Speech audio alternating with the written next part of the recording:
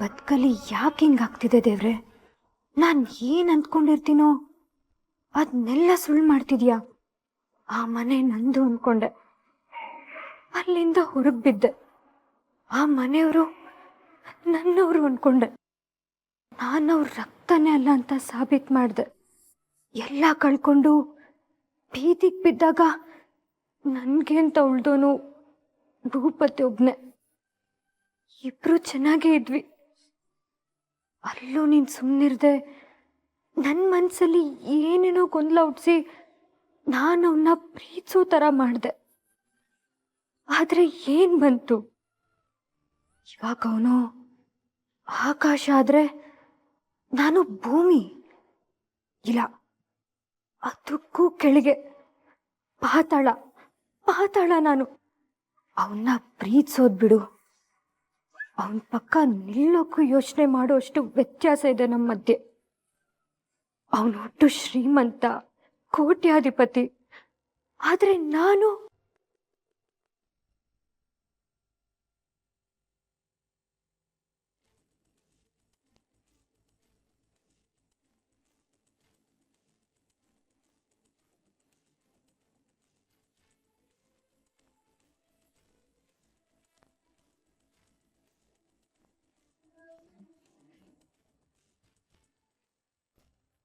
ಓ ಮೈ god, ನನ್ನ birthday ದಿನ ಯಾವುದೋ ಹುಡುಗನ ಪ್ರಪೋಸಲ್ ಬಂದಿದೆ, ಅವ್ನ ಫೋಟೋ ಕಳ್ಸಿದ್ದಾರೆ ಅಂತ ಹೇಳಿದ್ರಲ್ಲ, ಅದ್ ಇವ್ರದಾ? ಏನೇ ಹೀಗೆ ಕೇಳ್ತಾ ಇದೆಯಾ ಶ್ವೇತಾ? ಭೂಪತಿ ಫೋಟೋನಾ ಅಂತ? ಅವತ್ ನಾವು ಇವ್ರ ಫೋಟೋನೇ ತಾನೇ ತೋರಿಸಿದ್ದು.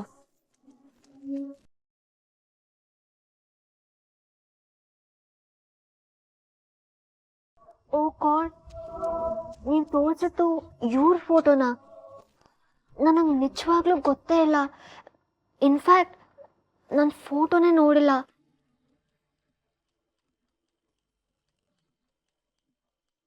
ಭೂಪತಿ, ನಿಮಗೆ ನೆನಪಿದ್ಯಾ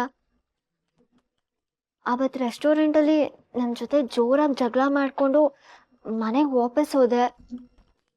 ಅವತ್ತಿ ಮದುವೆ ಪ್ರಪೋಸಲ್ ವಿಷಯ ಬೇರೆ ಬಂದಿತ್ತು. ಅದ್ರ ಬಗ್ಗೆ ವಿಚಾರಿಸೋಕ್ಕಾಗಲಿ ಅಥವಾ ಫೋಟೋ ನೋಡೋಕ್ಕಾಗಲಿ ನನಗೆ ಇಂಟ್ರೆಸ್ಟ್ ಇರಲಿಲ್ಲ. ಅಲ್ಲ ರೀ, ಇವ್ರೇನ್ ಹೇಳ್ತಾರೆ? ಆರ್ತಿ, ಅವಳು ಮದುವೆಗೆ ಒಪ್ಕೊಂಡ್ಲಲ್ಲ, ನಮ್ಗೆ ಅಷ್ಟು ಸಾಕು. ಇನ್ನೇನು ಮಾತಾಡಕ್ ಹೋಗ್ಬೇಡ.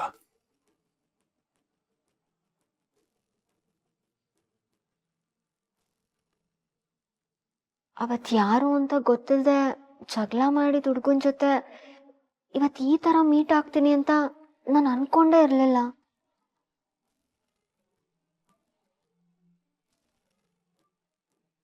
ನನಗೂ ಅಷ್ಟೇ. ನಾನು ಆಡ್ಸಿರೋ ಹುಡುಗಿ ನನ್ನ ಮಗಂಗೆ ಮೊದಲಿಂದ ಪರಿಚಯ ಇದ್ದಾಳೆ ಅಂತ ನಂಗೆ ಐಡಿಯಾನೂ ಇರಲಿಲ್ಲ. ಏನ್ ಭೂಪತಿ, ಮದ್ವೆ ಬೇಡ, ಈಗಲೇ ಆಗಲ್ಲ ಅಂತೆಲ್ಲ ಅಂತಿದ್ದೆ, ಈಗ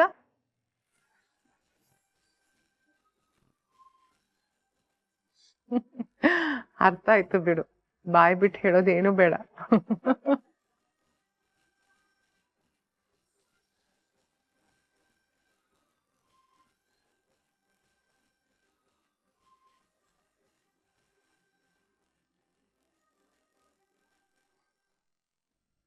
ಯಾರು ಬೇಕಿತ್ತು? ನಾನು ತುಳಸಿ ಅಂತ. ಇದು ಚಂದ್ರಶೇಖರ್ ಅವ್ರ ಮನೆ ಅಲ್ವಾ? ಹಾಂ. ನಾನು ಅವ್ರ ಹತ್ರ ಮಾತಾಡಬೇಕಿತ್ತು, ಸ್ವಲ್ಪ ಕರಿತೀರಾ? ಅದು ಮೇಡಮ್, ಅವ್ರ ಮನೇಲಿಲ್ಲ, ಎಲ್ಲರೂ ಒಟ್ಟಿಗೆ ಹೊರಗಡೆ ಹೋಗಿದ್ದಾರೆ. ಬರೋದಿನ್ನೂ ತಡ ಆಗ್ಬೋದು. ಅದೇನು ವಿಷಯ ಅಂತ ಹೇಳಿ, ನಾನಾರು ತಿಳಿಸ್ತೀನಿ. ಇಲ್ಲ ಇಲ್ಲ, ನಾನು ನೇರವಾಗಿ ಅವ್ರ ಹತ್ರನೇ ಮಾತಾಡಬೇಕು, ಅದಕ್ಕೆ ಬಂದೆ. ಆದರೆ ಅವರೇ ಇಲ್ವಲ್ಲ, ನಾಳೆ ಬರ್ತೀರಾ? ನಾಳೆ ಸ್ವಲ್ಪ ಕಷ್ಟ. ಪರವಾಗಿಲ್ಲ, ನಾನಿಲ್ಲೇ ಹೊರಗಡೆ ಕಾರಲ್ಲಿ ಕೂತ್ಕೊಂಡು ಕಾಯ್ತೀನಿ. ಇನ್ನೇನು 1 ಗಂಟೆ ಒಳಗಡೆ ಬರ್ಬೋದಲ್ವಾ? ಅವ್ರು ಬಂದಮೇಲೆ ಅವ್ರ ಹತ್ರ ಮಾತಾಡ್ಬಿಟ್ಟೆ ಹೋಗ್ತೀನಿ. 1 ಗಂಟೆಗೆಲ್ಲ ಬರ್ತಾರೆ ಅಂತ ಅನಿಸ್ತಿಲ್ಲ, ಸ್ವಲ್ಪ ತಡ ಆಗ್ಬೋದು. ಕಾರಲ್ಲೆಲ್ಲ ಏನಕ್ಕೆ ವೆಯ್ಟ್ ಮಾಡ್ತೀರಾ? ಬನ್ನಿ, ಒಳಗಡೆ ಕೂತೀರಿ. ಅಯ್ಯೋ, ದಟ್ಸ್ ಓಕೆ. ಸುಮ್ಮನೆ ನಿಮ್ಗೆ ಯಾಕೆ ತೊಂದರೆ, ನಾ ಹೊರಗಡೆನೇ ಇರ್ತೀನಿ. ಪರವಾಗಿಲ್ಲ ಮೇಡಮ್, ಬನ್ನಿ.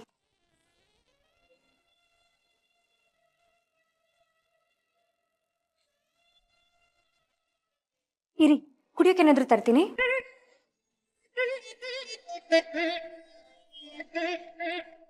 ಅಮ್ಮ ಎಷ್ಟೊತ್ತಾಗುತ್ತೋ ಏನೋ, ಸುಮ್ಮನೆ ಯಾಕೆ ಕಾಯ್ತೀಯಾ? ಇರ್ಲಿ ಬಿಡು ಪುಟ್ಟ, ಕಾಯೋಣ. ನನ್ನ ಮನಸ್ಸಿಗೆ ಇವತ್ತೇನೋ ಒಂದು ಒಳ್ಳೇದಾಗೇ ಆಗುತ್ತೆ ಅಂತ ಅನ್ನಿಸ್ತಾ ಇದೆ. 23 ವರ್ಷದ ಹಿಂದೆ ನಡೆದಿರೋ ತಪ್ಪು ಇವತ್ತು ಸರಿ ಹೋಗೇ ಹೋಗುತ್ತೆ ಅಂತ ನನಗೆ ಸ್ಟ್ರಾಂಗ್ ಆಗಿ ಅನ್ನಿಸ್ತಾ ಇದೆ. ನಿನಗೆ ನಾನು ನಾಳೆ ಕಾಲ್ ಮಾಡ್ತೀನಿ ಭೂಪತಿ. ಏನಮ್ಮ ನೀನು ಇಷ್ಟೊತ್ತು ನಿನ್ನ ಫೋನ್ ಸ್ವಿಚ್ ಆಫ್ ಆಗಿ ಈಗ ತಾನೇ ಕಾಲ್ ಕನೆಕ್ಟ್ ಆಗಿದೆ. ಕಾಲ್ ಕನೆಕ್ಟ್ ಆಗೋದಕ್ಕೆ ಅಷ್ಟೊಂದು ಕಷ್ಟಪಟ್ಟಿದ್ದೀನಿ. ಎತ್ತಿದ ತಕ್ಷಣ ನಾಳೆ ಮಾತಾಡ್ತೀನಿ ಅಂತಿದೆಯಲ್ಲ. ಲೈಫಲ್ಲಿ ಇಷ್ಟೊಂದು ಬ್ಯುಸಿ ಆಗಬಾರ್ದೆ ಖಾಲಿ ಡಬ್ಬಿ. ನಾಳೆ ಮಾಡ್ತೀನಿ ಭೂಪತಿ, ಬಾಯ್. ಹಲೋ, ಹೇ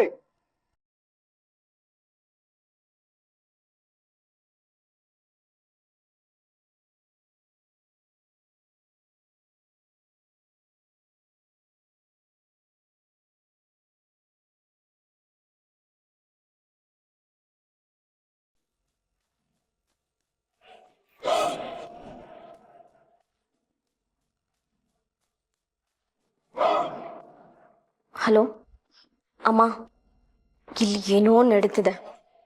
ಈ ಶ್ವೇತಂಗೆ ಭೂಪತಿ ಜೊತೆ ಎಂಗೇಜ್ಮೆಂಟ್ ಆಗ್ತಿರೋ ಖುಷಿಗಿಂತ ಬೇರೆ ಏನೋ ಟೆನ್ಷನ್ ಕಾಡ್ತಿದೆ.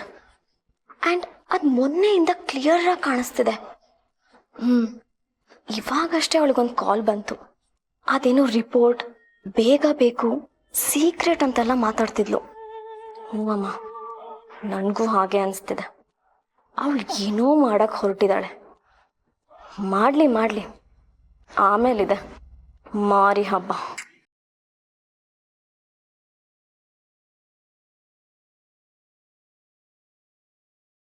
ಯಾವುದೋ ಭೀಮಣ್ಣನ ವಟಾರದ ನಾನು ಇಂಥ ದೊಡ್ಡ ಮನೆ ವಂಶದ ಕುಡಿಯಂತೆ ಯಾವುದೋ ಸಂತೃಪ್ತಿ ಹೋಟ್ಲಲ್ಲಿ ಈರುಳ್ಳಿ ಸುಳಿಯೋಳು ಕೋಟ್ಯಾಧಿಪತಿ ಚಂದ್ರಶೇಖರ್ ಮಗಳಂತೆ. ತಿಂಗಳ ಸಂಬಳದ ಆಸೆಗೆ ಹೆಸರೇ ಇಲ್ಲದೆ ಮೈಕ್ ಮುಂದೆ ನಿಲ್ತಿದ್ದೋಳು ಇವಾಗ ಇಡೀ ರೇಡಿಯೋ ಸ್ಟೇಷನ್ ಓನರ್ ಅಂತೆ. ಇರೋಕ್ಕೆ ಜಾಗ ಇಲ್ಲದೆ ಈ ಮನೇಲಿ ಎಲ್ಲೋ ಒಂದು ಮೂಲೆಯಲ್ಲಿ ಬಿದ್ದಿರ್ತೀನಿ ಅಂತ ಬಂದೆ. ವಿಧಿ ಈ ಥರ ಆಟ ಆಡ್ತಿದೆ. ಜೀವನ ಇವತ್ತಿದ್ದಂಗೆ ನಾಳೆ ಇರಲ್ಲ ಅಂತ ಗೊತ್ತಿತ್ತು. ಆದರೆ ಈ ಮಟ್ಟಕ್ಕೆ ರಾತ್ರೋರಾತ್ರಿ ಎಲ್ಲ ಬದಲಾಗ್ಬೋದು ಅಂತ ಕನಸಲ್ಲೂ ಅಂದ್ಕೊಂಡಿರಲಿಲ್ಲ. ಇದೇ ಸತ್ಯ. ಇಷ್ಟು ವರ್ಷ ನೀನು ಏನು ನಂಬ್ಕೊಂಡು ಬಂದಿದ್ಯೋ ಅದು ಭ್ರಮೆ. ಇದು ವಾಸ್ತವ. ಇವರೇ ನಿನ್ನೋರು.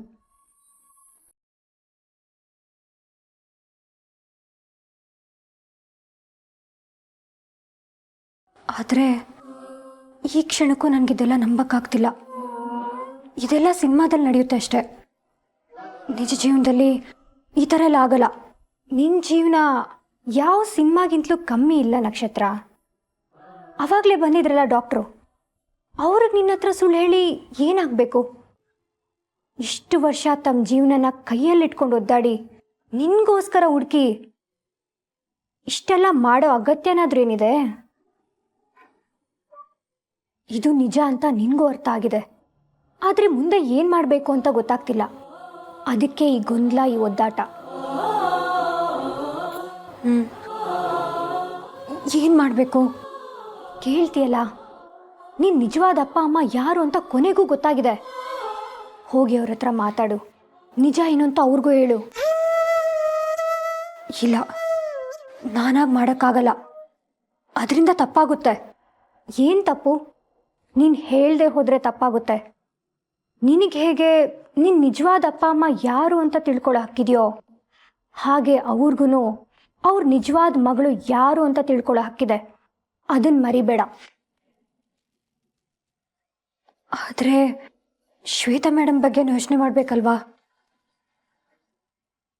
ಅವರು ಹುಟ್ಟಾಗಿಂದ ಶ್ರೀಮಂತಿಕೆ, ಈ ಸುಖ, ಈ ದೊಡ್ಡ ಮನೆ, ಕಾರು, ಇದಕ್ಕೆಲ್ಲ ತುಂಬ ಚೆನ್ನಾಗಿ ಹೊಂದ್ಕೊಂಡ್ಬಿಟ್ಟಿದ್ದಾರೆ. ಇವಾಗ ಇದ್ಯಾವುದು ಅವ್ರದ್ದಲ್ಲ ಅಂತ ಗೊತ್ತಾದ್ರೆ ಅವ್ರ ಪರಿಸ್ಥಿತಿ ಏನಾಗಬೇಡ. ಅಷ್ಟು ಸಾಲದು ಅಂತ ಇವತ್ತಷ್ಟೇ ಅವ್ರಿಗೆ ಯಾರೋ ಶ್ರೀಮಂತರ ಹುಡುಗ ಜೊತೆ ಮದುವೆ ಗೊತ್ತಾಗಿದೆ. ಇಂಥ ಟೈಮಲ್ಲಿ ಅವ್ರೀ ಮನೆ ಮಗಳಲ್ಲ ಅಂತ ಗೊತ್ತಾದ್ರೆ ಆ ಹುಡುಗ ಇವ್ರನ್ನ ಮದುವೆ ಆಗ್ತಾನ? ಈ ಥರ ಎಲ್ಲ ಯೋಚನೆ ಮಾಡ್ತಾ ಕೂತ್ರೆ ಆಗಲ್ಲ ನಕ್ಷತ್ರ. ಇವತ್ತಲ್ಲ ನಾಳೆ ಸತ್ಯ ಏನು ಅಂತ ಹೊರಗೆ ಬರಲೇಬೇಕು. ಶ್ವೇತಾ ಯಾರು ಅಂತ ಗೊತ್ತಾಗ್ಲೇಬೇಕು. ನೀನ್ ಏನೇ ಮಾಡಿದ್ರು ಅದನ್ನ ಜಾಸ್ತಿ ದಿನ ಅಂತೂ ಮುಚ್ಚಿಡಕ್ಕಾಗಲ್ಲ. ನಾನು ಹೇಳೋ ಸತ್ಯ ನನ್ನೊಬ್ಳಿಗೆ ಬಿಟ್ರೆ ಬೇರೆ ಯಾರಿಗೂ ಒಳ್ಳೇದು ಮಾಡಲ್ಲ. ನನ್ನಿಂದ ಮಿಕ್ತವ್ರ ಜೀವನ ಹಾಳಾಗುತ್ತೆ. ನನ್ಗಂತ ಸುಖ ಬೇಡ, ನನ್ಗಂತ ಜೀವನ ಬೇಡ. ಯಾವತ್ತಿಗೂ ನನ್ನ ಸ್ವಾರ್ಥಕ್ಕೆ ಬೇರೆಯವ್ರ ಜೀವನ ಹಾಳು ಮಾಡಲ್ಲ. ದಡ್ಡಿ ಥರ ಆಡ್ಬೇಡ ನಕ್ಷತ್ರ. ಇದು ನಿನ್ ಸ್ವಾರ್ಥ ಅಲ್ಲ, ಕರ್ತವ್ಯ. ನೀನ್ ಹೆತ್ತವ್ರಿಗೆ ನಿಜ ತಿಳಿಸೋ ಕರ್ತವ್ಯ. ನಿನಗೆ ಜನ್ಮ ಕೊಟ್ಟಿರೋ ಋಣ ತೀರ್ಸೋಕಾದ್ರೂ ನೀನೀ ಕೆಲಸ ಮಾಡಲೇಬೇಕು. ಹೋಗು ನಕ್ಷತ್ರ, ಅವ್ರಿಗೆ ನಿಜ ಹೇಳು.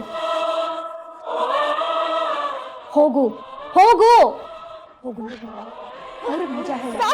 ಹೋಗು ಹೋಗು, ಅವ್ರಿಗೆ ನಿಜ ಹೇಳು. ಹೋಗು. ನೀನ್ ನಿಜವಾದ ಅಪ್ಪ ಅಮ್ಮ ಯಾರು ಅಂತ ಕೊನೆಗೂ ಗೊತ್ತಾಗಿದೆ. ಹೋಗಿ ಅವ್ರ ಹತ್ರ ಮಾತಾಡು. ನಿಜ ಏನು ಅಂತ ಅವ್ರಿಗೂ ಹೇಳು. ಇವತ್ತಲ್ಲ ನಾಳೆ ಸತ್ಯ ಏನು ಅಂತ ಹೊರಗೆ ಬರಲೇಬೇಕು. ಶ್ವೇತಾ ಯಾರು ಅಂತ ಗೊತ್ತಾಗ್ಲೇಬೇಕು. ನೀನ್ ಏನೇ ಮಾಡಿದ್ರು ಅದನ್ನ ಜಾಸ್ತಿ ದಿನ ಅಂತ ಮುಚ್ಚಿಡಕ್ಕಾಗಲ್ಲ.